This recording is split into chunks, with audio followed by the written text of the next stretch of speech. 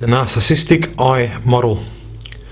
The false self is a mask of sanity. A false self was built by the core, the inner child, to protect the inner child from any harm, real or imagined, as a defensive mechanism during the early years of the child, because of trauma, betrayal, or even abandonment.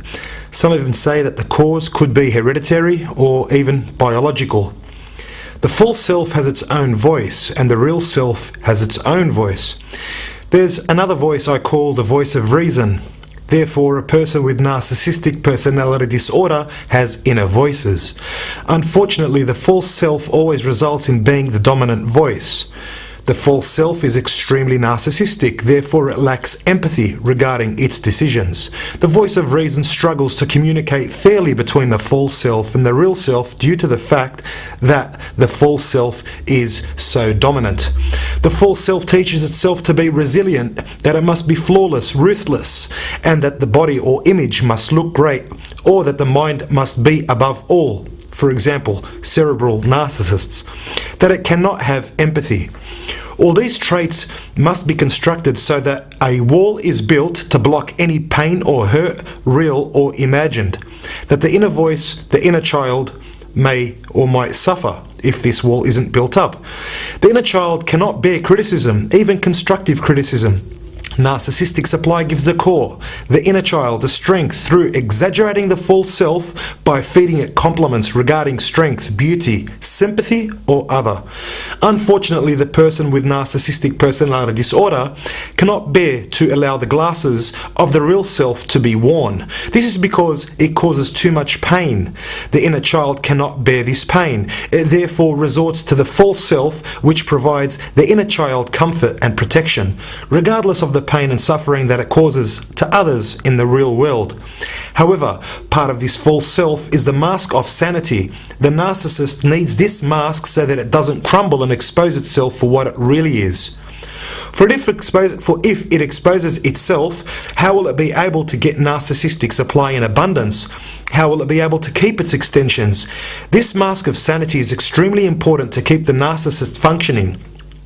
The inner layers of the onion is a great way of describing this mask of sanity. For example, the whole world sees and recognizes the outside layer of the onion, which is the mask of sanity.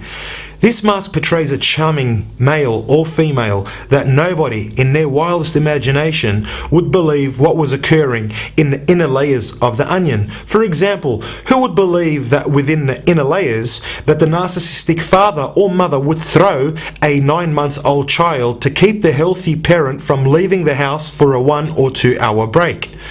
But sometimes the narcissistic parent can make a mistake, not realizing that someone that shouldn't be there is there. Someone like a cousin or relative of theirs being present.